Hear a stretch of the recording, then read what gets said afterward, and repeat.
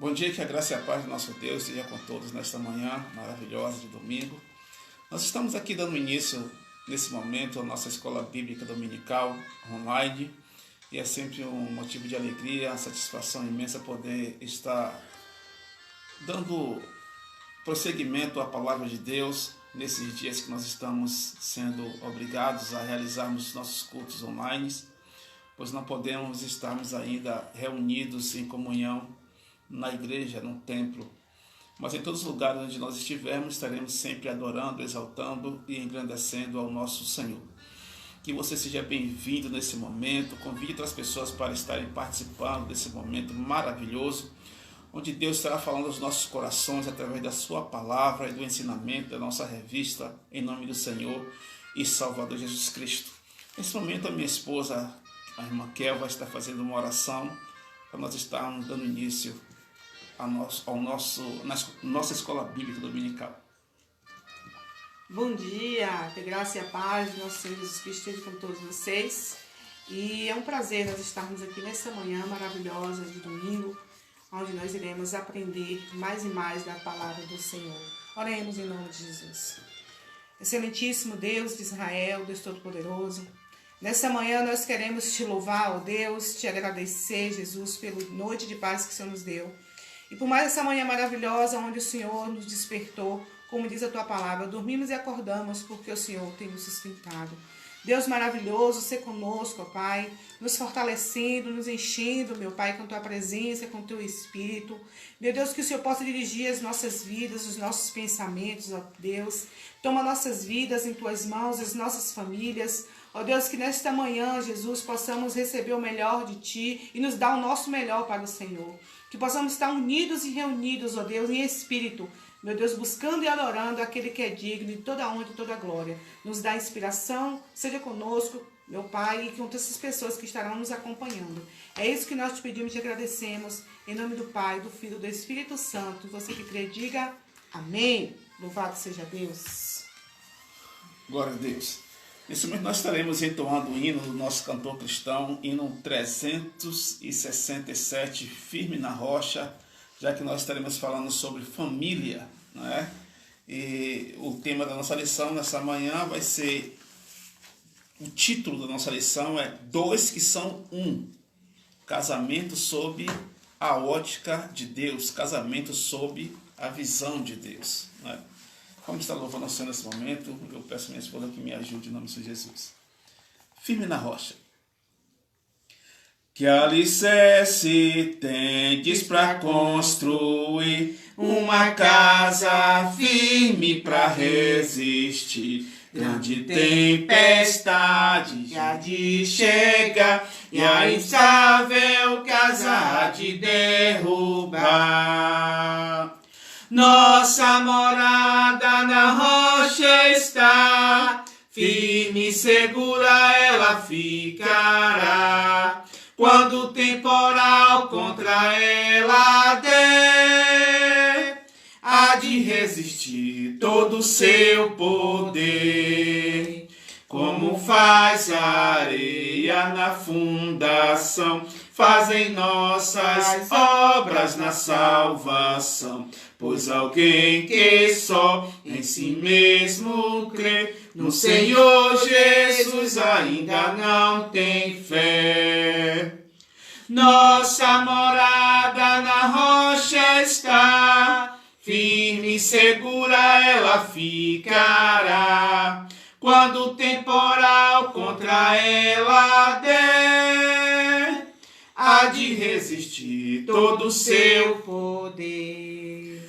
Os cristãos, porém, que deveras creem, pelas obras mostram a fé que tem. Sua fé firmada no Salvador, na maior procela e luz sem temor. Nossa morada na rocha está, firme e segura ela ficará. Quando o temporal contra ela der, há de resistir todo o seu poder. Aleluia. Aleluia. Louvado seja o nome do Senhor, nosso Deus. Amados irmãos, nós somos da Igreja Batista Betel, como todos já sabem. Meu nome é o pastor Elias, aqui minha esposa, a irmã Kel. Minha filha Evelyn é responsável por todas as gravações dos vídeos. E o nosso genro, irmão Adailson, é o responsável pela sonoplastia. A música que você está ouvindo de fundo aí é nosso irmão Adailson, que está na responsabilidade, está nos dando esse alento, né?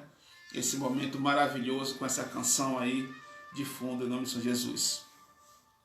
A nossa lição hoje é a número 3 da nossa revista. Por que eu não irei falar o nome da revista, nem mostrar a revista? Né? Porque cada igreja hoje tem a sua revista própria, né? Mesmo sendo batista, de uma igreja tradicional, a Igreja Batista Betel já completou 109 anos aqui na cidade de Santo Inês, e cada igreja tem a sua revista, né? Alguns gostam mais da revista Compromisso, e tem várias outras revistas e nomes de editora que as pessoas podem estar usando. Eu não vou falar porque pode ser que a sua igreja use uma outra revista e você não vai chegar na sua igreja querendo impor uma outra revista ao seu pastor, não. Tem que ser respeitado aquilo que é determinado por cada denominação, né? Mas a lição da nossa revista está falando durante esses trimestres sobre família, que é importante, é um ponto crucial e necessário de nós estarmos abordando constantemente dentro das igrejas, e nós decidimos estarmos estudando essa lição durante esse trimestre, e hoje o título é Dois que são um, né? Casamento sob a ótica de Deus. E o versículo-chave é Hebreus capítulo 13, verso 4, que diz o seguinte: digno de honra entre todos seja o matrimônio, bem como o leito sem mácula, porque Deus julgará os impuros e adúlteros. Né? Que o Senhor nosso Deus possa estar nos dando entendimento, compreensão da sua palavra, e que eu ache graça para ser usado pelo Espírito Santo, não só hoje, mas sempre, em nome de Senhor Jesus. Amém. Amém? Então vamos falando aqui agora sobre a revista, lendo a revista, diz assim: apesar da existência de diversas propostas secularistas sobre a origem do casamento, para o que creem na Bíblia, essa importante instituição divina começou com os primeiros humanos a habitarem o planeta, Adão e Eva. Nesta lição, o nosso objetivo é mostrar o que é o matrimônio de acordo com a ótica de Deus, revelada em sua palavra. A questão que nós sempre trazemos aqui, desde o início do primeiro vídeo que foi gravado do culto online, é falarmos a respeito do que nós cremos. E a nossa regra de fé e prática é a palavra de Deus, não é? Nós não iremos entrar em contradição com o que a Bíblia diz. É possível sim que existam algumas questões com profundidade que você pode achar estranho. O pastor disse que não entra em contradição com o que a Bíblia diz, mas esse texto aí, ele está interpretando de uma maneira que eu entendo, compreendo diferente. A realidade é que a Bíblia Sagrada, o Antigo Testamento, principalmente o Antigo Testamento, foi escrito em hebraico e algumas questões em aramaico. E o Novo Testamento foi escrito em grego, né? E na tradução para a língua portuguesa e outras demais línguas do Ocidente, a tradução às vezes nos traz interpretações diferentes. Não é que não venha condizer, né? Não venha afirmar, mas algumas interpretações diferentes de uma Bíblia. Um exemplo da Bíblia, a Bíblia Revista e Atualizada, a Bíblia Revista e Corrigida, existe a Bíblia Fiel, existe a Bíblia de Jerusalém, existe a Bíblia na linguagem de hoje, existem várias Bíblias, né, que têm suas interpretações. Não que uma venha estar contradizendo a outra, mas uma, às vezes, ela é mais aprofundada numa palavra, num significado, procura dar uma significação mais coerente com a realidade da sua cultura lá em Israel, em Jerusalém, na Mesopotâmia, de onde Abraão foi chamado para ser um servo de Deus, né? Entendendo que foi Moisés quem escreveu o Pentateuco, os 5 primeiros livros, Gênesis, Êxodo, Levítico, Número e Deuteronômio. Então nós às vezes precisamos ir para os textos relacionados àquele tempo, no hebraico, no aramaico, para nós termos um entendimento do que era que Moisés estava falando. Será que o que Moisés estava falando para o povo de Israel, para os judeus, os hebreus, falando assim, naquele tempo, é a mesma coisa que nós brasileiros estamos falando hoje? É essa a questão.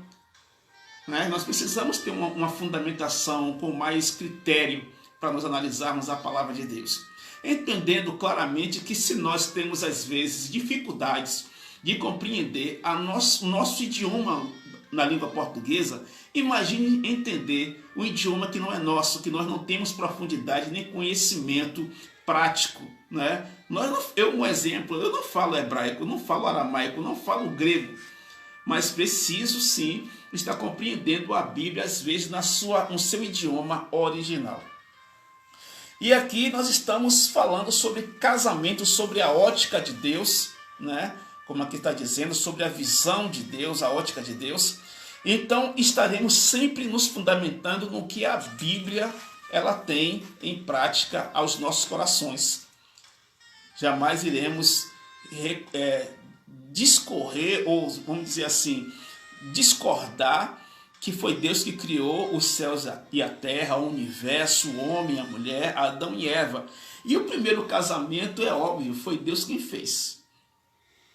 E aqui fala num primeiro, vamos dizer assim, tema, o que é casamento? A perspectiva bíblica.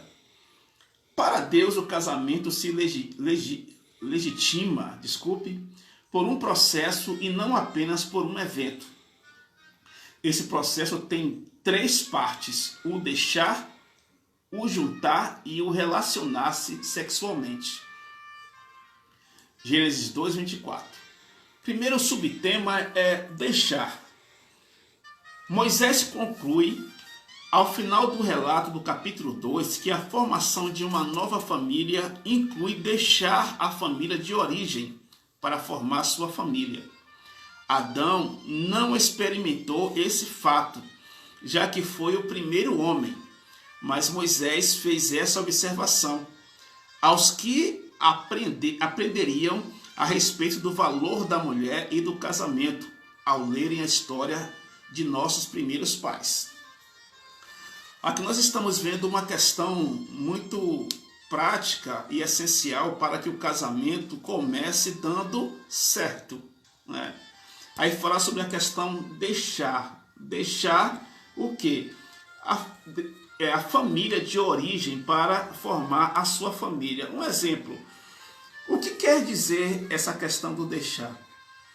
O que quer dizer isto? Às vezes nós podemos analisar esse contexto sobre o ato de abandonar, se afastar, deixar a família, os pais, para juntar-se um ao outro, o esposo com sua esposa, e viver a sua vida como um casal. Isso é um dos pontos cruciais do casamento. Mas não significa abandonar, não.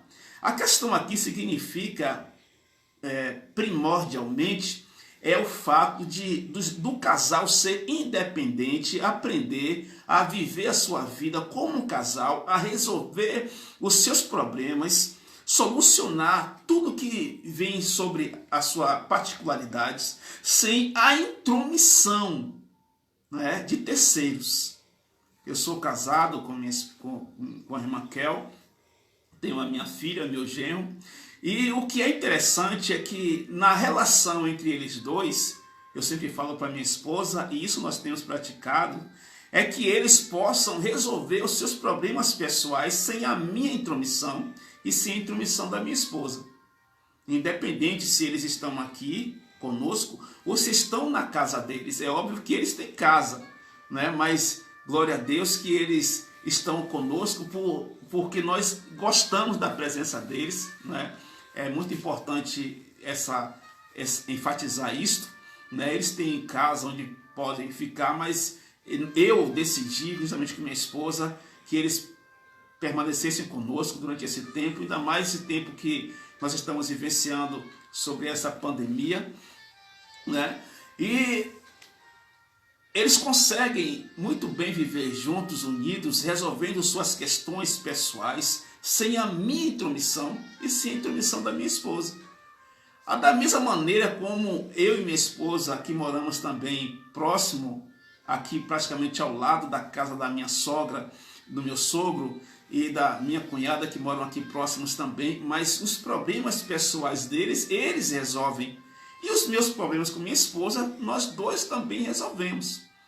Esse é o contexto de família, do deixar, do viver de uma maneira que venha a ser agradável a todos. Continuando a lição, diz: a responsabilidade paterna e a sujeição a ela não termina em uma idade determinada. E assim com o casamento, embora em alguns casos os filhos saiam de casa ainda solteiros para cuidar da própria vida, e assim se tornam responsáveis por si, no caso do casamento, o homem deixa de ser sujeito a uma família para formar outra família. Nenhum casal constitui uma subfamília, e sim uma família íntegra na visão de Deus. O deixar é sair debaixo da responsabilidade familiar paterna para ter responsabilidade familiar pessoal. É como nós estávamos falando inicialmente. A responsabilidade de um casamento é responsabilidade pessoal. A partir do momento que eu casei com minha esposa, o que tem para nós resolvermos, nós iremos resolver pessoalmente, eu conversando com ela. Não precisa a minha mãe, um exemplo, intrometer-se, porque às vezes só causa mais confusão. Não precisa, um exemplo, se meu pai estivesse presente, intrometer-se no meu casamento, porque só iria causar mais confusão. Por quê? A minha mãe poderia dizer assim, um exemplo: ah, meu filho gosta de comida dessa maneira, não é? Ele não gosta que cozinhe esse tipo de coisa, ele não gosta de comer isso. Não, isso é uma situação que eu com minha esposa tenho que decidir. Ah, o meu filho gosta de roupa dessa forma. Ah, ele gosta... Não, são questões que eu e minha esposa temos que decidir, não é? E quando às vezes outras pessoas entram no casamento para dar certo tipo de palpites, terminam atrapalhando muito mais, não é verdade? E por isso que é necessário, compreendendo o seguinte ponto: em que momento outras pessoas podem se intrometer num casamento, numa relação? Quando há agressão. Não é? Se há agressão verbal, se há brigas, se há agressão física, aí qualquer pessoa pode se intrometer. Isso jamais nós iremos concordar, não é? Sabemos que casamento, sob a ótica de Deus, é uma relação de duas pessoas, onde terceiros não podem estar se intrometendo para causar mais confusões, né? ou causar confusões. Mas quando há agressões, aí sim é necessário que terceiros se envolvam. Um exemplo, um casamento onde há uma briga entre um homem e uma mulher. É óbvio que é necessário que outra pessoa venha se envolver para separar. Não é verdade? Porque é óbvio que uma agressão física, o homem ele vai se sobrepor à mulher. E isso não é justo, não é correto. Independente de quem seja, se é a mulher que está batendo no homem, ou se o homem está batendo na mulher, apesar que isso é meio difícil de acontecer, mas é uma realidade. A agressão jamais deve acontecer dentro de uma relação. A minha esposa tem algo a falar? Não, daqui pra frente a gente vai falar. Por favor, filha, lê o próximo subtema, unir. Amém. Diz assim: o homem que decidiu responsavelmente deixar sua família deve se unir à mulher escolhida. Essa união é permanecer juntos para viverem desligados das famílias originais por escolha pessoal. Isso não significa desprezar a família de origem, nem que os pais não podem apoiar e ajudar seus filhos casados e vice-versa. A ideia bíblica é que o novo casal deve cuidar de si mutuamente, assumindo a responsabilidade por seu amadurecimento e obediência à palavra no papel de marido e mulher. Como o pastor já mencionou aqui, né, unir-se no início do namoro, né, é fácil, no noivado está fácil, mas viver a dois é uma questão que a gente vai aprendendo todos os dias. Nós temos 21 anos de casado e cada dia a gente vai aprendendo mais a unir-se, a estar junto, né, porque às vezes um gosta de uma coisa, tu gosta de outra, né, um quer de uma maneira, tu quer de outra, né, e para resolver os problemas, os dois têm que estar em comum acordo. Né? Às vezes um não quer dar o braço a torcer, outro não quer dar, né? E aí fica aquele impasse. Então unir-se é a ideia bíblica do novo casal deve cuidar de si mutuamente, os dois unidos ali, buscando entendimento para que o casamento dê certo, sem intromissão de outras pessoas, sem intromissão de terceiros, né? E assim tem a certeza que o casamento vai dar certo, assumindo a responsabilidade por seu amadurecimento. É dia após dia. Não é que vai casar, uma vez casou, a gente vai viver feliz para sempre. Isso é conto de fadas. Né? A gente tem que buscar no Senhor, buscar em Deus, aprendendo as coisas e ali vai dando certo, vai caminhando. Vai ter momentos ruins no casamento. Vai ter dias que às vezes a mulher vai estar triste, ou vai estar triste. Tem pessoas que dizem que se arrependem de ter casado.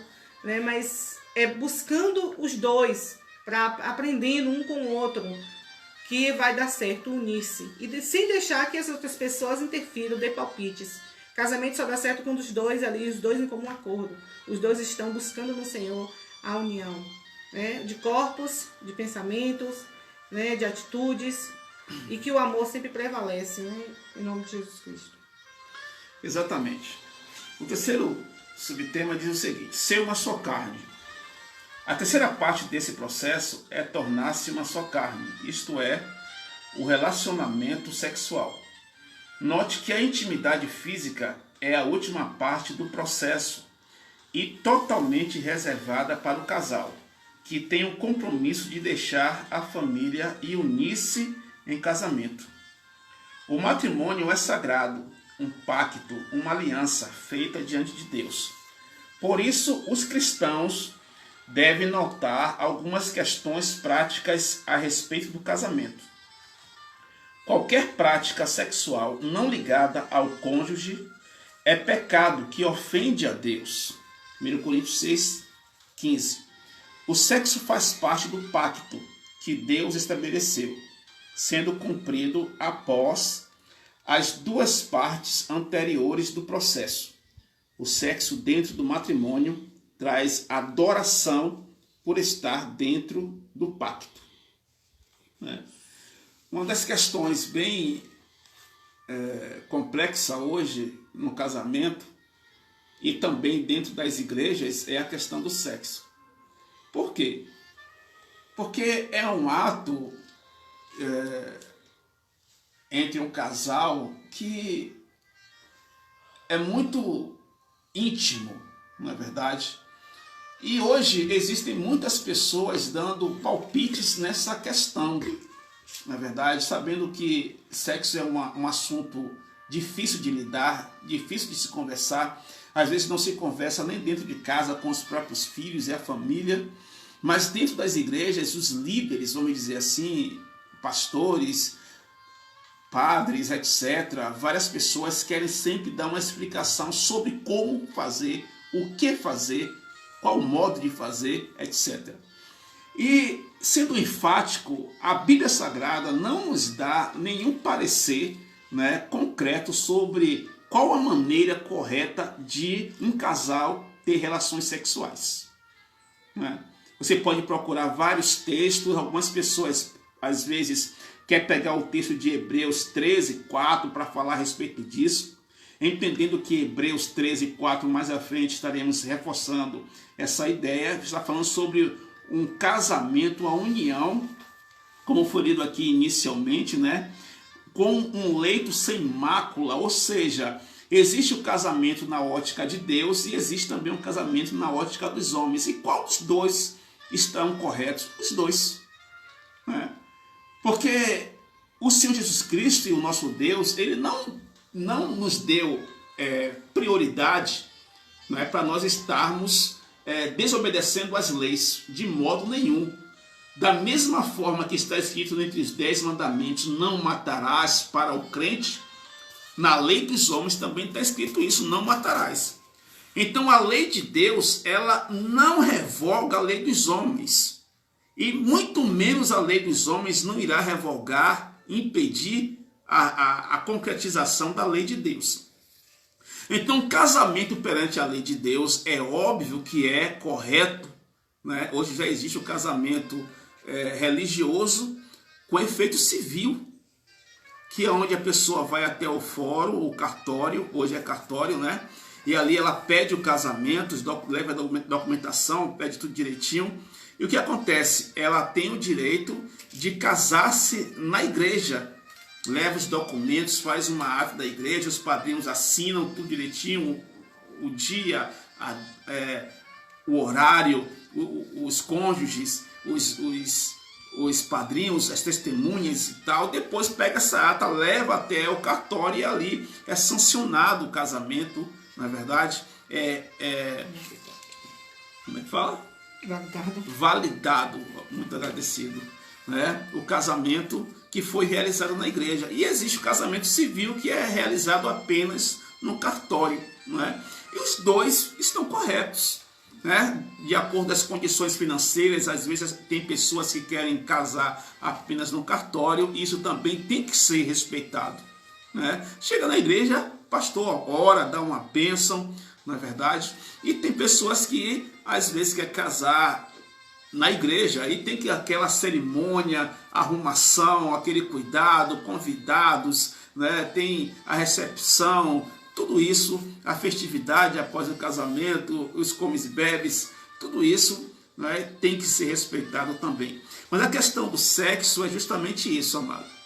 De que maneira você pode fazer sexo com seu esposo ou com sua esposa? Quando está falando sobre o leito sem mácula, está falando justamente sobre isso. Com quem eu posso fazer sexo? Com minha esposa. Com quem ela pode fazer? Comigo, que sou esposo dela. Né? Não existe nenhuma outra pessoa.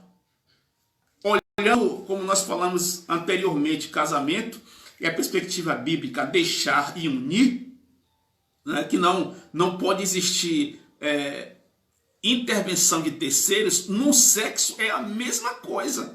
Eu não posso dizer a você como você tem que ter a relação com seu esposo. De maneira nenhuma. Ah, mas em Romanos capítulo 1 fala-se lá a questão do sexo, né, que Deus abominou as pessoas que faziam. Ali está falando sobre relações de homem com homem e mulher com mulher. Não está falando sobre a relação de um casal, de um homem com uma mulher. Está falando sobre a relação de homem com homem e mulher com mulher. E o leito sem mácula é justamente isso, a questão de casar-se. Eu não posso estar fornicando. Eu não posso estar namorando e tendo uma relação sexual.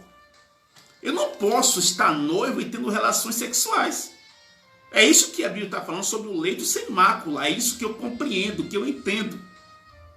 Mas não uma relação de um casal, né, entre um exemplo, eu e minha esposa, a minha filha e meu genro, né, e eu estar ali intrometendo, me dando palpite, falando, ensinando ou dizendo que eles estão certos ou errados. Não. Para isso nós precisamos entender que a Bíblia não nos traz nenhuma configuração concreta sobre qual é a maneira correta, mas é aquilo, um exemplo que eu e minha esposa, nós concordamos em nossa relação. Se há acordo, se há conciliação, ótimo. E se existe aquilo que ela não concorda e ela não aceita, eu tenho que respeitar também. É essa questão que a Bíblia nos traz, né? Aí fala assim agora sobre o cartório não determina um casamento para Deus, mas isso não significa que devemos desprezar o registro civil do casamento. Existem leis em nossa sociedade e devemos nos submeter a elas, pois fazem parte da boa conduta do cristão. E nesse aspecto se aplica o princípio de 1 Pedro 2, 12, 14.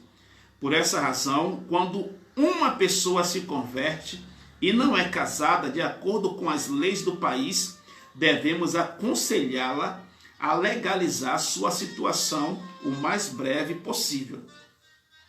Quanto à cerimônia religiosa, apesar de não determinar se o casamento é ou não aceito por Deus, devemos incentivar os que desejam casar-se a não desprezá-la. A cerimônia é um testemunho que o casal presta à comunidade da sua aliança feita diante de Deus.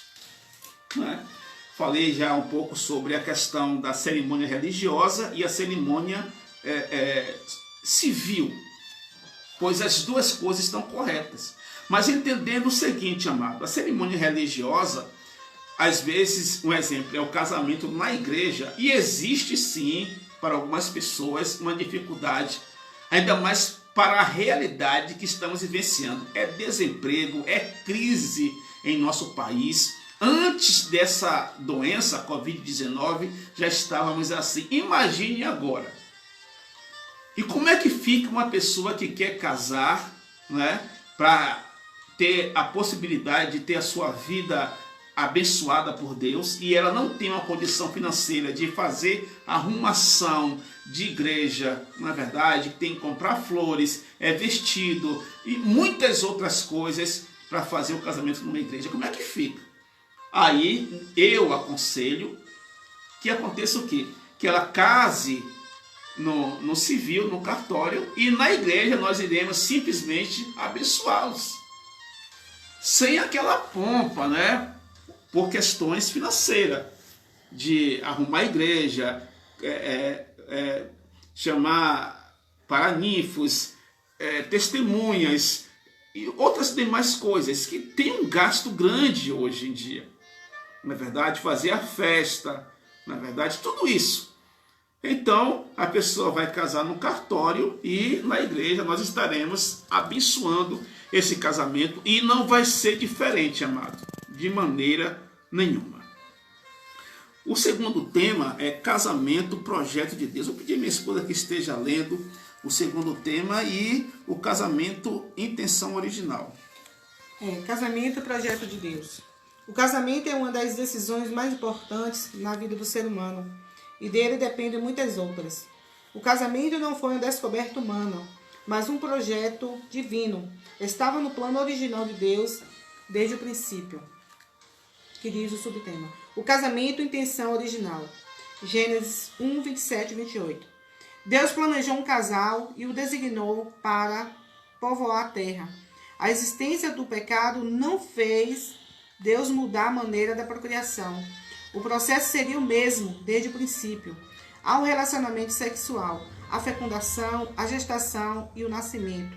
O matrimônio é e sempre foi, da mesma maneira, um projeto divino como parte da criação do mundo. Falando-se sobre isso, sobre sexualidade no casamento,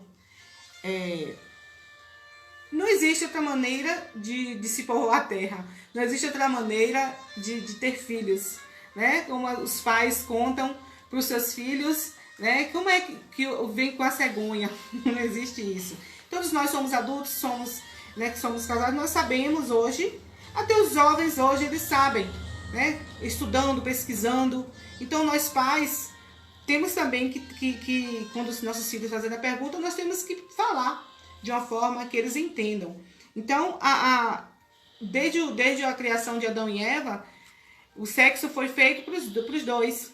E ali, para que eles tivessem outros seres humanos, eles tinham que fecundar, né? O quê? Eles tinham que fazer sexo para que pudesse ter filhos. Então, hoje nós sabemos que tem outras maneiras hoje de se ter filhos, né? Como a fertilização. Mas isso aí está muito além dos nossos projetos, de pessoas que têm pouco dinheiro e condição. Pessoas que têm dinheiro, eles podem fazer isso, né? Quando a mulher ela é estéril. E aí, mas o modo natural que Deus fez para nós é o relacionamento entre um homem e uma mulher. Então não existe outra maneira. O matrimônio é e sempre foi da mesma maneira um projeto divino como parte da criação do mundo.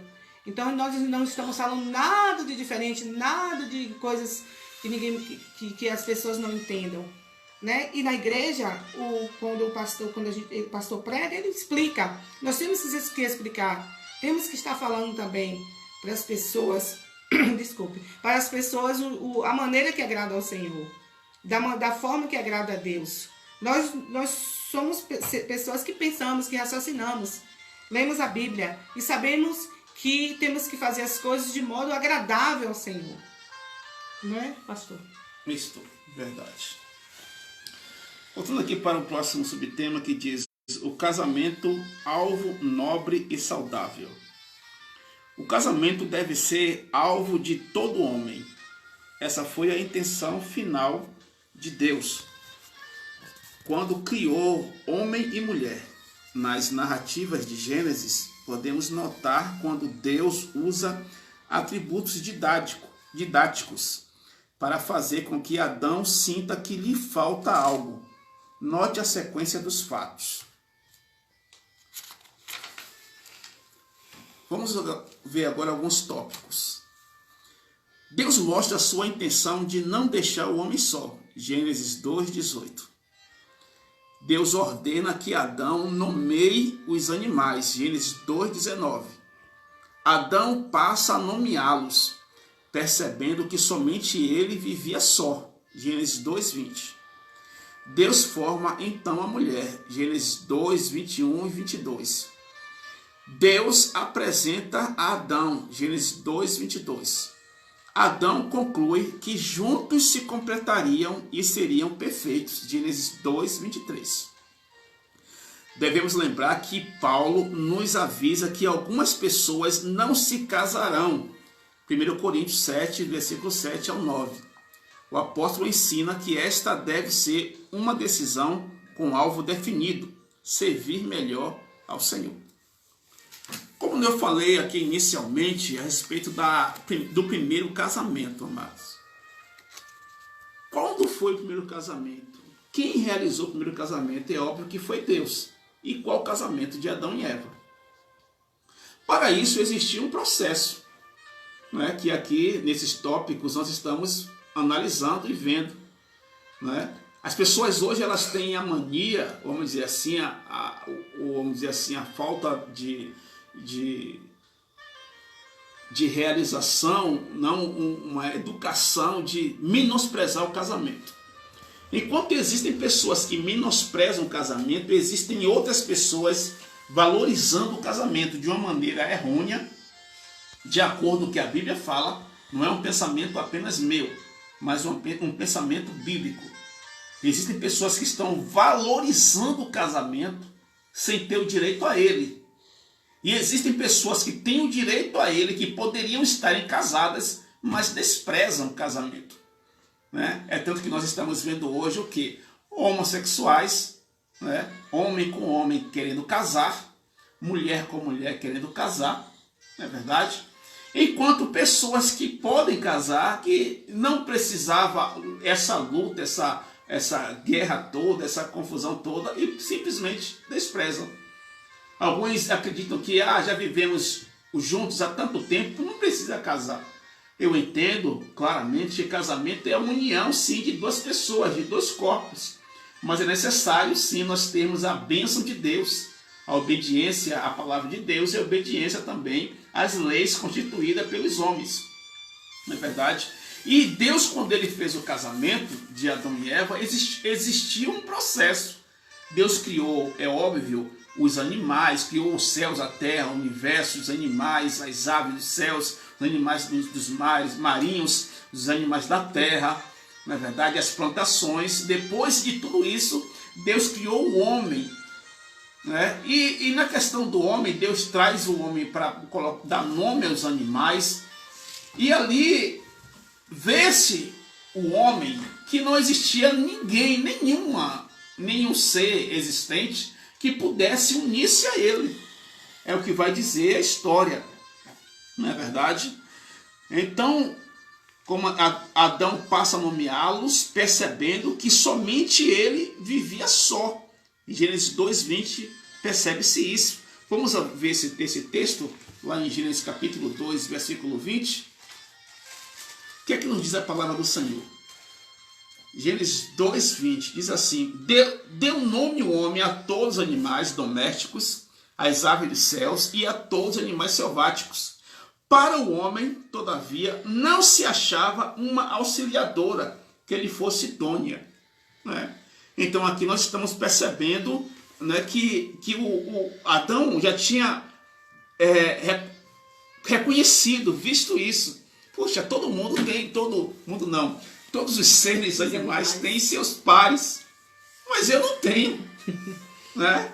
Aí ficou aquela interrogativa, aquela incógnita. Ficou triste. Não é verdade? E aí é daí que vem a questão, a necessidade de criar-se uma varoa, uma auxiliadora para o homem, entendendo que isso já fazia parte do processo do casamento. O que é um casamento? É justamente quando uma pessoa pensa no namoro. Eu quero um exemplo. A partir do momento que você quer namorar alguém, deve ser alguém que você também deseja estar com ela para sempre. O namoro não é uma loteria. O namoro não é você ficar lançando sorte, fazendo jogo, para ver se eu vou namorar. Se der certo, tudo bem. Se não der, eu termino. Não é assim. Assim como também um noivado. Um noivado de um cristão, amado, tem que durar no máximo 1 ano. De acordo com alguns estudos, falando sobre a ideia do povo judeu, o noivado de uma pessoa não ficava a vida inteira ali, o tempo todo, não. A Bíblia fala que Maria estava desposada, né, com José. Ali era um processo já de noivado, ela já estava prometida a José. E o noivado era, sim, o princípio de um casamento. Não que eles tinham relações sexuais íntimas, não tinham. Mas ela já estava prometida a ele e se comportava como tal, como uma mulher casada. Apesar de não estarem casados ainda, mas o comportamento era esse, era a promessa, olha, de estarem unidos para sempre. E hoje nós estamos vendo pessoas que elas estão na igreja, e não apenas na igreja, e namoram sem compromisso, sem respeito com a palavra de Deus e sem compromisso com uma outra pessoa, né? Entendendo que na questão cristã não existe o termo ficar. Cristão não fica com ninguém. Cristão namora, noiva e casa. Esse é o processo correto, né? E se você está agindo desta maneira, sendo cristão, você está completamente errado.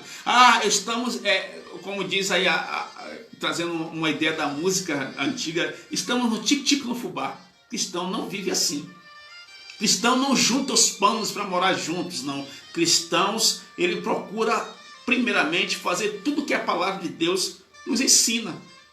Mas nós não temos condições nós não temos uma casa, nós não temos moradia, não temos nada. Amados, a realidade do meu casamento com minha esposa é óbvio, né? Quando nós casamos foi muito complexo o nosso casamento. Não tínhamos nada também. Vivíamos de maneira muito precária. Mas Deus nos abençoou como tem nos abençoado diariamente, amado.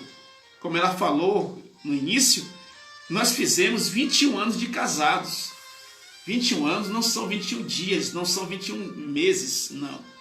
21 anos de casado é muita coisa, glória a Deus, né? Então, eis a questão. O processo de Adão, né, para casar, não foi da noite para o dia, não, amado. Houve uma questão. Deus, ele observou que não tinha uma auxiliadora, alguém que pudesse estar ao seu lado, né? Deus precisou intervir, né? Fez com que Adão viesse cair no sono. Dali tirou uma costela de Adão, e dessa costela formou Eva. Depois disso, Deus abençoou a vida deles, ela será sua varoa, e vocês unirão sua mulher, e irão se afastar de pais, e tal, serão os dois uma só carne. Essa foi a palavra de Deus para o casamento. O casamento não foi simplesmente juntou e acabou. Não, Deus abençoou eles dois. Deus disse para eles, olha, o casamento é isso, separar-se um do outro. O outro não, desculpe. De pai e mãe, serão os dois uma só carne. Não é verdade? Entendendo, pastor, que Adão e Eva não teve. Que as pessoas hoje falam, não teve sogra, não teve cunhado, não teve ninguém. Eles foram o primeiro casal, né, a existir. Então, quando Deus juntou eles dois para viverem unidos, né? Se completariam, seriam perfeitos. É o plano de Deus, serem perfeitos, viverem unidos. E hoje as pessoas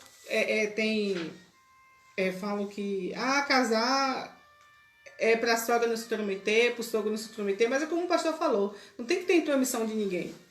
E se eu decidir casar, é para eu estar junto com ele junto comigo. E nós dois estarmos vivendo felizes, até a morte nos separar.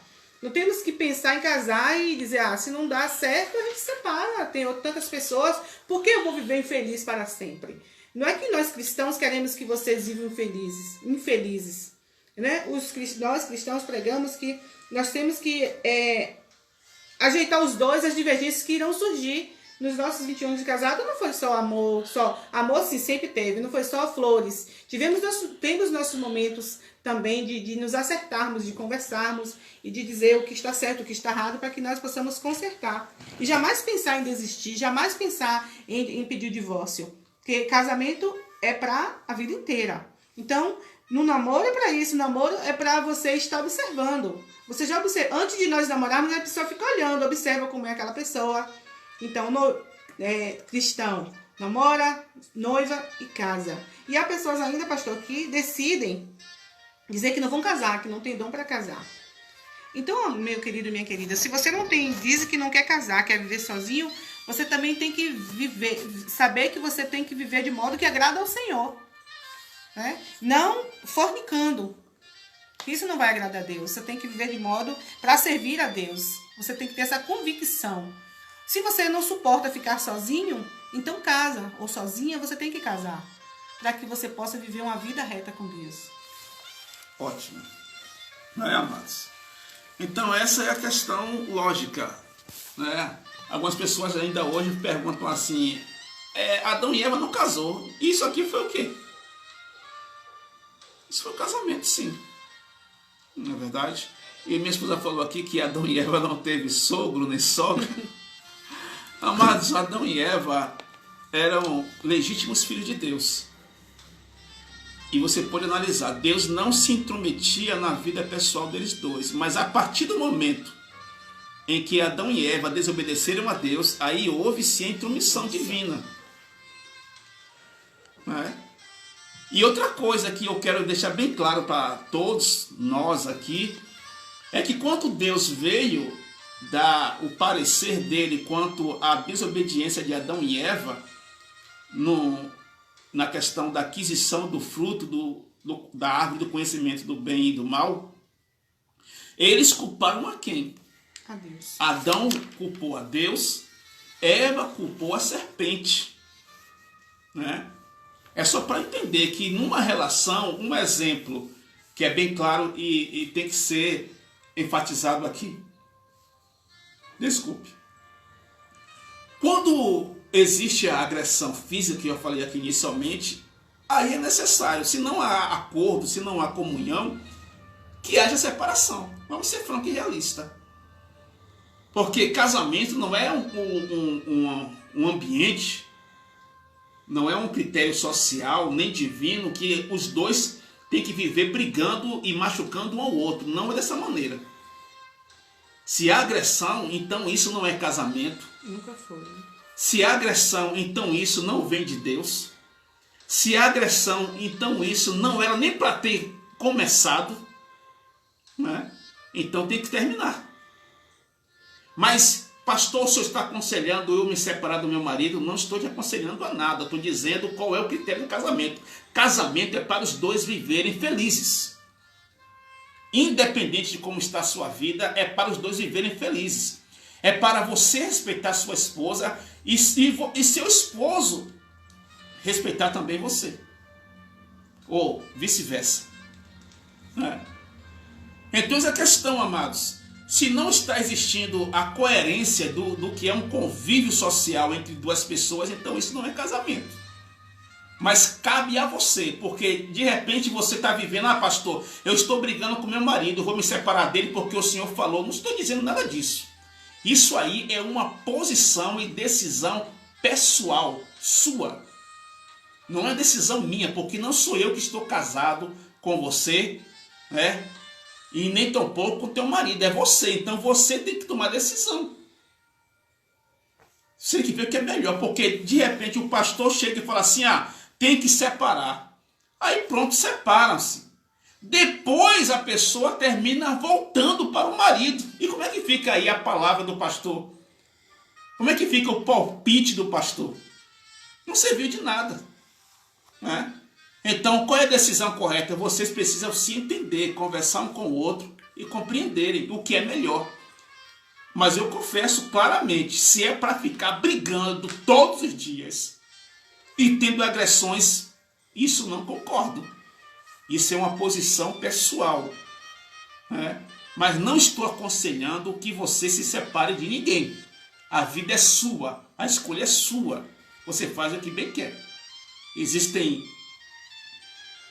muitas relações conturbadas, mas quando vai outras pessoas se intrometer e dar palpite, quem sai de errado é quem está se intrometendo, quem está dando palpite, não é?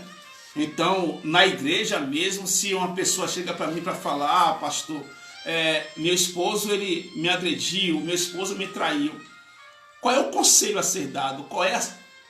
O conselho a ser dado é essa interrogação. Qual é a sua posição quanto a isso? O que você, mulher, deseja fazer? A mesma coisa o homem, pastor, a minha esposa me traiu. Qual é a posição que você quer tomar? Outra questão que nós iremos estudar mais à frente é a questão do divórcio. A minha esposa me traiu, eu devo me divorciar? Não. O meu esposo me traiu, eu devo me divorciar? Não. Por quê? Porque é isso que a Bíblia ensina. Né? Aí tem gente que fala assim, mas a Bíblia está falando que se existe adultério tem que haver o divórcio. Não, a Bíblia não fala isso. Aí agora que eu vou entrar no contexto do idioma original. A Bíblia fala se há prostituição. Prostituição e adultério são diferentes. São duas palavras em contextos diferentes. É tanto que esse contexto, esse tema também é muito importante analisarmos em 1 Coríntios capítulo 7 e Mateus capítulo 19. Na linguagem original está diferenciando prostituição de adultério. É essa a questão, né? Eu pedi minha esposa agora que leia agora o subtema Casamento, Estratégia de Deus. Gênesis 2:18, né? A criação do homem e da mulher ocorreu em dias diferentes. Deus não errou e tentou consertar. Ele poderia tê-los feito de uma única vez, ou simplesmente revelado que fez o homem e a mulher. No entanto, os detalhes da narrativa nos orientam a conhecer o que havia na mente de Deus. A menção é que não seria bom que o homem vivesse só. Deus nunca foi favorável a homens vivendo solitários. Ele não intencionou desenvolver seu reino com homens isolados, e sim por meio de famílias e comunidades. Gênesis 12, versículo 3. É como eu disse aqui na minha fala anteriormente, que há pessoas que elas decidem viver só. Não querem ter um companheiro, uma companheira. É uma decisão dela, a pessoa quer viver assim, que viva, mas que seja de uma maneira agradável. Né? Mas Deus criou o homem e a mulher para viver em família, né? Para que dali eles criassem outras, ou tivessem filhos e multiplicassem a terra. Quando se fala em multiplicar a terra, nós temos que saber também que temos que ter filhos, mas de uma forma responsável. Não é? Não tendo filhos aí, colocando um monte de crianças no mundo, sem ter como criá-los, sem ter como educá-los. Temos que ter consciência, não é? De criar os nossos filhos de maneira agradável ao Senhor, e que tenhamos condições, né, para que essa criança viva bem. Hoje nós vemos um alto índice de natalidade, né? Então nós temos que observar. Então, se você decide viver só, é uma opção sua, mas a palavra diz que Deus fez o homem e a mulher para viverem juntos, né? Para criar uma família e dali terem filhos, né? E ser comunidade. E é bom termos a nossa família, é maravilhoso. Esse foi o propósito de Deus inicial em criar Adão e Eva. Exatamente, amados. Vamos agora partir para o próximo tema, o terceiro tema, que diz o propósito de Deus para o sexo. Até aqui levantamos os fundamentos do processo em que o casamento ocorre e a importância que ele tem para Deus, que é o Criador, e o legislador do matrimônio e da família. Nesta parte da lição, devemos entender o papel que o sexo tem nisso tudo, né? E o subtema fala, para produzir a vida. Em primeira instância, mas não significa uma ordem de importância, está a procriação. Deus ordenou que crescessem e se multiplicassem.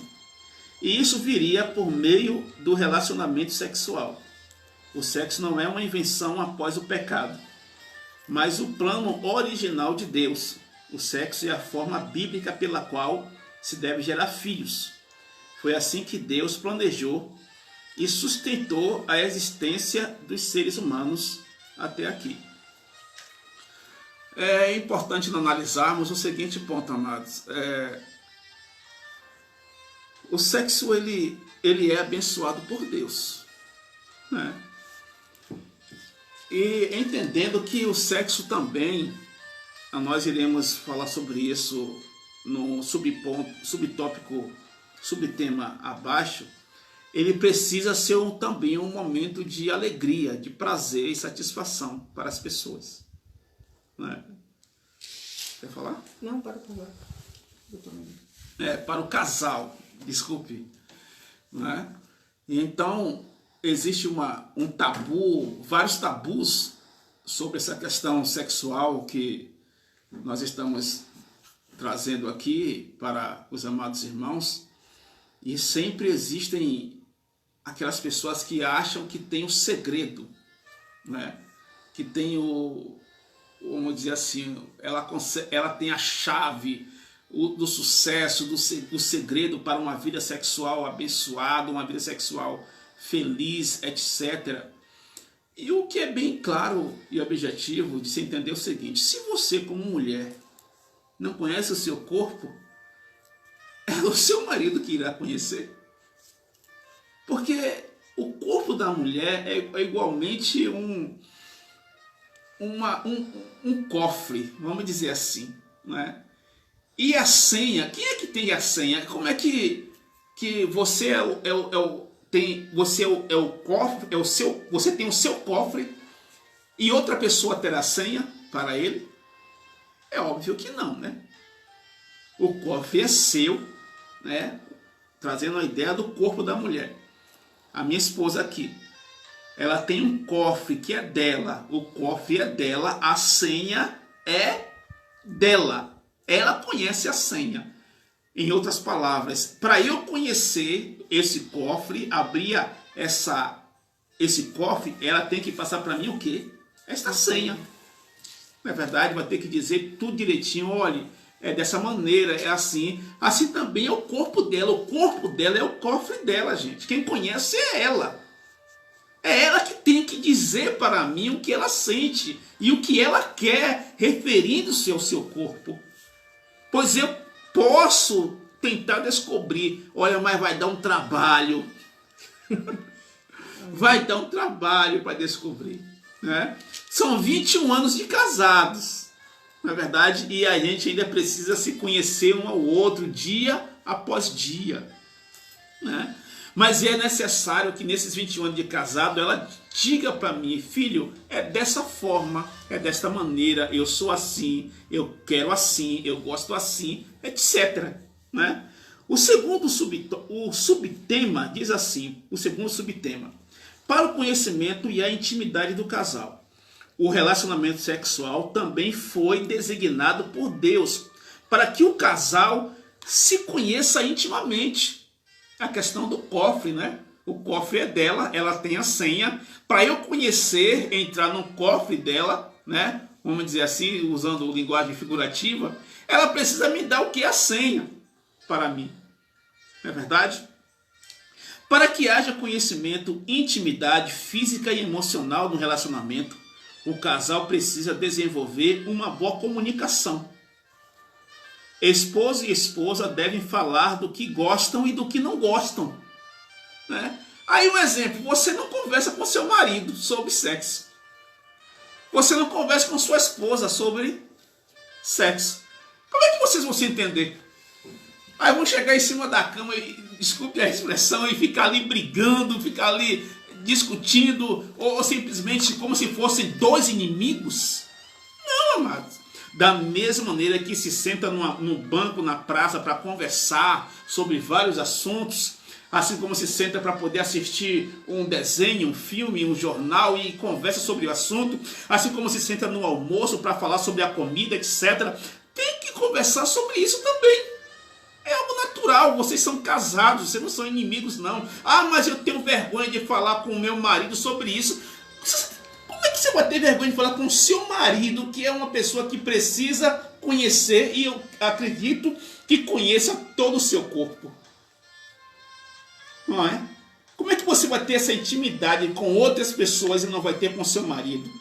Ou não terá com a sua esposa? Então vocês ainda não compreenderam, não estão compreendendo o que é um casamento de verdade. E como aqui está dizendo, né? Para que haja conhecimento, intimidade física e emocional num relacionamento, o casal precisa desenvolver uma boa comunicação. Comunicação aqui é sobre essa questão. Você, mulher, tem que dizer para ele: eu gosto assim, eu quero assim. Entendendo que a mulher nessa questão merece maior honra, como diz o apóstolo Pedro e como diz o apóstolo Paulo. Mulher, o homem tem que pagar a mulher o que é devido. E o que é pagar é justamente nessa questão. 1 Coríntios capítulo 7.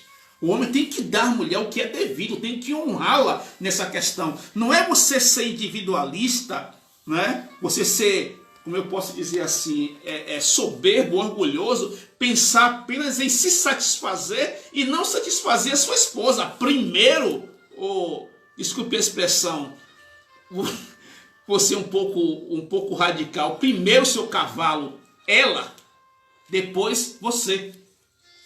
Entendeu? Primeiro tem que dar atenção à sua esposa. Primeiro ela tem que se satisfazer, depois você. Continuando. Desculpe a expressão, mas às vezes temos que ser assim um pouco duro, né? Esposo e esposa devem falar do que gostam e do que não gostam. Tem que falar. Você satisfez a sua esposa? Olha, deixou ela à vontade, tal, feliz. Agora, irmãzinha, queridinha, santinha, agora é a parte dele, né? Agora ele vai conversar com você e pedir a você que você satisfaça a sua vontade. Entendeu? Então, é uma reciprocidade, uma troca de favores. Não é algo individual, não é eu me satisfazer e ela se virar. E nem tampouco ela satisfazer e eu, entendeu? É uma junção, uma união agradável, feliz. É preciso dedicar tempo de qualidade para desfrutar desse propósito estabelecido por Deus. Não é verdade? Você tem tempo para assistir jogo, você tem tempo para trabalhar, você tem tempo para ir para o mercado, você tem tempo para conversar com sua família, para conversar com outras pessoas. Você tem tempo para ter amizade, tem tempo para estar no WhatsApp, você tem tempo para estar no Face, você tem tempo para jogar, praticar esporte, sim, e tempo para brincar com a esposa. Tem? É tempo mesmo, amado.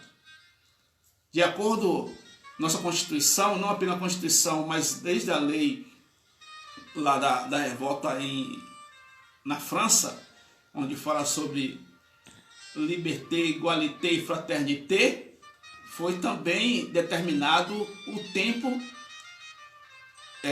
de nossa vivência, que o dia tem 24 horas, e são dividido em 3, vai dar 8 horas, né?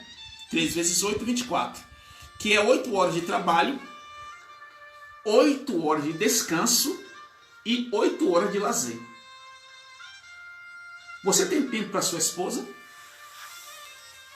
Você tem tempo para conversar, para brincar com ela, para dar atenção a ela? Ou você acha que não tem tempo? Tem que ter tempo, amado. Ah, mas eu trabalho. Não me interessa se você trabalha, não. Tem que trabalhar, tem que ter tempo para sua esposa. São 8 horas de trabalho. Nessas 8 horas, faça o que você quiser, mas guarde o tempo para sua esposa, para a sua família. É essa a questão. Não é só tempo para trabalhar, não. Tempo para sentar, conversar, dar atenção. E quando você casa, você não deve jamais pensar em ir à cama simplesmente apenas para dormir, não. Não é? Casal não vive dessa maneira apenas, não. Nesse momento, minha esposa estará fazendo a leitura do terceiro subtema. Para o prazer e a satisfação do casal. Provérbios 5, 18 e 19. Deus deu sexo para que o homem procriasse e pudesse desenvolver relacionamento amoroso e profundo com a sua esposa. Ele fez de tal forma que fosse prazeroso. Assim, o sexo no casamento é também para a satisfação prazerosa do casal. Numa breve leitura do livro de Cantares, você notará que sexo é para a satisfação conjugal. Olha a preocupação, vamos dizer assim, de nosso Deus. Ele fez algo que deixasse os dois alegres, né? Não fosse de uma forma mecânica, não fosse só para procriar, né? Só para ter filhos, mas para satisfazê-lo, para ter aquele momento de alegria, de satisfação, em ver, olhar para o rosto do outro e ver que estão alegres, né? E por isso tem, como o meu esposo falou, a respeito do esperar, do pensar no outro no momento do prazer, né? Não é uma coisa individualista, não é só o homem, não é só a mulher, são os dois. Então, Deus pensou nisso tudo. Nós estamos falando que é cerca do que Deus deixou, né? E às vezes tem algumas pessoas que nem alguns irmãos não gostam de ler, diz que não lê o livro de Cantares, porque fala sobre isso, fala sobre homem e mulher, sobre relacionamento, sobre amor, sobre carinho, sobre toque. E é bom. Nós sabemos que o sexo é para a satisfação conjugal, satisfação dos dois, não individual. Exatamente, amados. Essa questão do livro de Cantares, eu quero deixar bem claro que eu falei até com os irmãos na igreja que nós não lemos ainda esse livro, né? E algumas pessoas, alguns teólogos... Na igreja, né, pastor? Na igreja. Na igreja. Isto, eu não li esse livro na igreja para os irmãos. Não ensinei sobre esse livro ainda na igreja, mas iremos chegar. Por que eu ainda não li esse livro na igreja para os irmãos? Porque eu estou tendo um critério meu, pessoal, do seguinte: eu só leio para a igreja agora um livro que eu já tenho conhecimento dele, já li ele no mínimo 30 vezes, né? Um exemplo, o Novo Testamento, eu já li ele já li o Novo Testamento mais de 30 vezes. O livro de Cantares, eu só li ele 5 vezes. Então, eu vou estar lendo ele com mais tempo, para quando chegar a quantidade de mais de 30 vezes, aí eu vou estar levando para a igreja. Não é que eu não possa chegar e ler agora. Não, eu posso, mas ainda não cheguei a esse ponto. Por quê? Existem alguns teólogos, alguns estudiosos, alguns pastores que querem trazer a ideia do livro de Cantares como se foi um livro que Salomão escreveu. Cantares é o mesmo livro de Cântico dos Cânticos, né? Alguns teólogos querem trazer a ideia que esse livro foi escrito por Salomão representando Jesus e a sua igreja. E, sendo bem franco, nada disso, né? Aqui está falando da igreja, não está falando nada de igreja, ele está falando de Salomão, que escreveu aquele livro elogiando a sua amada, o esposo para a sua amada, a amada para o seu esposo, né? Entendendo que a igreja é a noiva de Cristo, mas ali está falando de uma relação de casal, entendeu? Então, para você quer entender mais sobre casamento, sobre relação e relação sexual mesmo, o livro de Cantares está tratando disso, relação sexual. Então, quer entender mais sobre casamento, sobre relação sexual, você pode ler o livro de Cantares, né? Ainda não li para a igreja, mas em breve estaremos estudando, não apenas lendo, mas estudando afinco este livro. Não é verdade? E é justamente isso, amado. Existe amor, existe paz, existe alegria, existe união, existe satisfação, existe prazer na sua relação com seu marido, com sua esposa. Se não existe, então tem algo errado. Para isso, às vezes, é necessário procurar ajuda com profissionais, né? Você precisa conversar com alguém experiente no assunto. E se caso só isso não resolver, aí você procura um profissional da área da saúde, né, ou terapêutico, que possa estar lhe auxiliando nessas questões. São 3 coisas que eu sempre falo na igreja que nós devemos analisar e estar colocando em prática: a fé, né, a família e a medicina. Isso eu falo em relação a pessoas que estão com problemas sérios de vícios, de drogas, alcoolismo, cigarro, etc., né? Eu sempre falo, olha, tenha fé, que é você buscar em Deus, confiar em Deus, estar sempre ali orando, participando dos cultos e conversando sobre essas questões. O segundo ponto é a família. Procure auxílio. O familiar precisa ajudar a pessoa que é viciada em drogas, em qualquer outro tipo de coisa. A família tem que ajudar. E em terceiro é a medicina. É a ajuda da medicina, de remédios e terapia, com psicólogos, etc. Psiquiatras, se for necessário também. Entendeu? Da mesma maneira estou falando na questão sexual. Se você tem problemas nessa área, você precisa procurar ajuda. Orar a Deus, sim, clamar a Deus, procurar conversar com alguém da sua confiança. Não precisa ser apenas o pastor ou a esposa do pastor, é alguém que você confia. Essa é a realidade. Se você não quer conversar comigo, você pode procurar outra pessoa. Não quer conversar com minha esposa, procura outra pessoa que você confia, que tem experiência, que pode falar sobre esse assunto. O que você não pode é ficar se reprimindo, se guardando, né, se trancando, que vai terminar só piorando sua situação. Sofrendo calado. Não é verdade? Isso mesmo. E a outra questão, né, da fé é a família.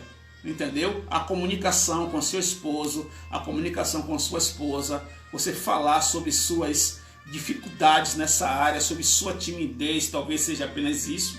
Isso vai, com certeza, tirar um grande peso da sua consciência.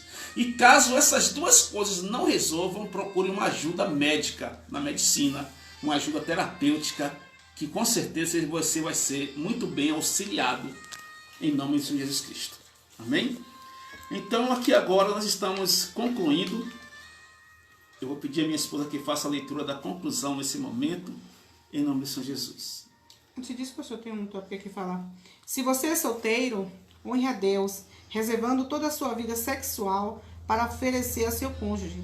Isso será uma forma de honrar e adorar a Deus, entendendo e respeitando a ordem que Ele instituiu para o sexo no casamento.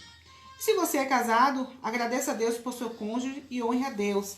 Ame o seu cônjuge e dedique-se a ele integralmente, pois estará honrando a Deus dentro do pacto que fizeram. Agora sim, venhamos para a conclusão, que diz assim: aprendemos que o casamento, na perspectiva bíblica, é um lindo projeto de Deus para a humanidade. deixar pai e mãe, unir-se ao cônjuge, torna-se uma só carne, possibilitam não apenas a procriação da espécie, como também relacionamento saudável e prazeroso entre um homem e uma mulher. Devemos louvar a Deus pela bênção de construir uma família segundo os seus propósitos. Eu louvo a Deus pela minha família, eu louvo ao Senhor por meu esposo, por minha filha, por meu genro, por nós estarmos sempre juntos e sabemos que o Senhor tem tido um cuidado especial para conosco.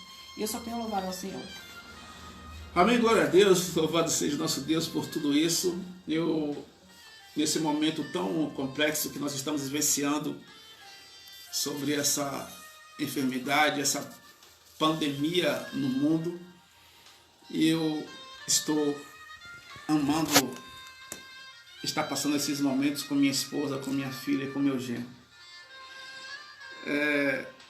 Eu confesso que eu agradeço muito a Deus, pois viver em paz, viver da maneira que nós estamos vivendo aqui é algo muito maravilhoso mesmo. Não tenho palavras para expressar essa bênção, esse milagre que Deus nos deu e tem nos dado constantemente. Deus me deu um genro que não é genro para mim, é um filho. É um filho para mim. E eu louvo a Deus pela maneira que Ele vive com a minha filha. E eu desejo que eles estejam sempre felizes. Como eu falei no dia do casamento da minha filha, eu quero que ela seja muito mais feliz que eu. Eu quero que ela supere a felicidade que eu tenho com minha esposa. Que isso alcance de forma dobrada ou triplicada a vida da minha filha e do meu genro.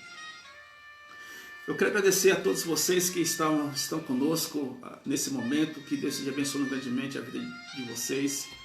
À noite nós retornaremos às 19 horas com o culto de ação de graças e evangelístico ao Senhor Jesus, ao Senhor nosso Deus. E eu convido vocês a estarem presentes conosco novamente. À noite eu vou estar com a presença da minha filha nos ajudando em nome do Senhor Jesus Cristo. Ok? E que Deus abençoe a todos. Minha esposa vai estar agradecendo aqui a vocês que estão presentes nesse momento. E logo após, estará fazendo a oração final. E eu estarei dando a bênção apostólica. Amém. Louvado seja Deus.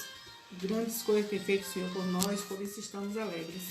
E é bom estar com vocês aí. É uma saudade dos meus amados irmãos, dos meus amigos e outros irmãos em Cristo também, de outras igrejas. Saudade quando a gente passava, se saudava. Estamos um pouco recuados, né? Devido aos problemas, mas nós estamos em espírito. Um abraço aí para a nossa querida Pai do Senhor, para a irmã Neuza. Neuza, saudade de você também. A irmã Juscelia, a irmã Joana, a Jéssica, Manuel de Jesus, a nossa irmã também em Cristo, Tati Couto, da Igreja Monte Calvário. Deus abençoe você. Nanda Galvão, Meire Pereira, Renata Rodrigues, a noiva do nosso irmão Jonas, também o irmão Jonas está aí online conosco, em Santa Catarina. Zé Carlos França, Jane Oliveira, nossa irmã também, Pro Iracema, Tata Araújo, Lena Rebouças, Fernando Souza, Jussi Santana, a irmã Zelma também, Charlene, a cunhada do meu esposo aí que mora em Salvador, a irmã Josélia, Deus abençoe, e também o nosso irmão em Cristo, também Alan Santos, também aí de Bahia, da Assembleia de Deus. Deus continue abençoando vocês poderosamente. Que bom saber que você está aí também do outro lado. Compartilhem também essa mensagem para que outros casais, outras pessoas também sejam abençoados, né? E que à noite possamos estar juntos novamente, louvando e engrandecendo ao Senhor e orando a Deus para que dentro em breve nós possamos estar em corpo, né, em comunhão lá no templo Betel e você também na sua igreja. Deus continue abençoando vocês poderosamente. Tenham um bom dia na presença do nosso Deus. Oremos ao Senhor. Senhor, nosso Deus e nosso Pai, nós só temos a Te louvar, ó Deus, só temos a Te engrandecer e agradecer pelo dom da vida. Temos, meu Deus, que louvar ao Senhor, porque grandes coisas o Senhor tem feito por nós. Amém. Deus nos instrua a cada dia, nos inspire, ó Deus, não nos deixe sozinhos, meu Pai, mas que o Senhor possa nos fortalecer, nos encher com a Tua presença, com o Teu Espírito Santo. Meu Deus, que cada dia mais possamos nos achegar ao Senhor, que possamos nos converter, meu Pai, e amar ao Senhor, meu Pai, de toda a nossa força, com o nosso todo entendimento, meu Pai, com todo o nosso amor. Que possamos, ó Deus, verdadeiramente ser verdadeiros cristãos, ó Pai, dentro e fora do templo, ó Deus. Meu Pai, que possamos, meu Pai, ser testemunhas vivas do Senhor aqui na terra. Que possamos ser o sal da terra, a luz do mundo. Que possamos, ó Deus, verdadeiramente caminhar contigo, ó Deus. Pai, nos abençoe cada dia, Senhor. Toma as nossas famílias em Tuas mãos. Toma os nossos irmãos em Cristo, ó Deus, em Tuas mãos, ó Pai. Toma, Jesus, a nossa cidade, meu Deus, cada um dos moradores dessa cidade, que sejam alcançados pelo Teu amor, pelas Tuas misericórdias, ó Deus. Toma, Jesus, as autoridades constituídas também, da pessoa também do gestor dessa cidade. Esteja abençoando ele também, a sua família. Ó Deus, abençoando o nosso Brasil, a nossa pátria amada. Abençoando, meu Deus, os moradores, o mundo, Jesus. Que cada um possa, meu Pai, se achegar a Ti, ó Deus. Se apegar ao Senhor, entregar sua vida a Jesus Cristo. Deus, nós só temos a Te agradecer por tudo que o Senhor tem feito. É isso que nós te pedimos e te agradecemos. Em nome do Pai, do Filho e do Espírito Santo, aquele que vive e reina para sempre. Amém. Amém. Graças a Deus. Glória a Deus. Que o bem de amor de Deus, Que assim seja. a graça do Senhor Jesus Que assim seja. e a comunhão do Espírito Santo seja com toda a igreja, pode dizer? Amém. Glória a Deus. e aplaudir o Aleluia. Senhor. Louvado seja o agradecido seja o Senhor. Amém. Amém. Eu gostaria de mandar um abraço aqui ao Conselho de Pastores da cidade de Santa Inês, que Deus esteja abençoando grandemente. Um abraço a todos os comerciantes de nossa cidade, um abraço também a todos o pessoal da saúde, médicos, enfermeiros, secretários de saúde, técnicos de enfermagem também, as agentes comunitários de saúde, que minha esposa também faz parte, né, os comerciantes, aos seguranças também, os guardas municipais, os policiais daqui da cidade de Santa Inês. Um abraço também para o capitão Anderson, aqui da cidade de Santa Inês, da Polícia Militar. Funcionário da limpeza pública. O pessoal da limpeza pública também, que Deus esteja abençoando a vida de todos vocês grandemente. E que à noite possamos estar presente e retornando ao gestor, ao gestor da nossa cidade, né, o professor Emerson, aos vereadores também, todos eles, ao padre Josafá, a todos os líderes religiosos aqui da cidade de Santa Inês, o pastor, se não me engano, é Abraão, como é o nome dele, da Igreja Discipulado? Jotênio também, que Deus esteja abençoando a todos vocês, a todos amados, e os pastores do Conselho de Pastores de Santa Inês, que Deus esteja abençoando a vida de vocês grandemente. À noite estaremos retornando com um culto, né, online, de ação de graças e evangelístico. Eu deixo meu abraço também aqui para minha filha Evelyn, e para o meu genro Odailson, que sempre estão nos ajudando nesse momento especial, e a minha esposa, que é a minha auxiliadora. Deus abençoe a todos vocês, em nome de Jesus Cristo. Paz. A paz.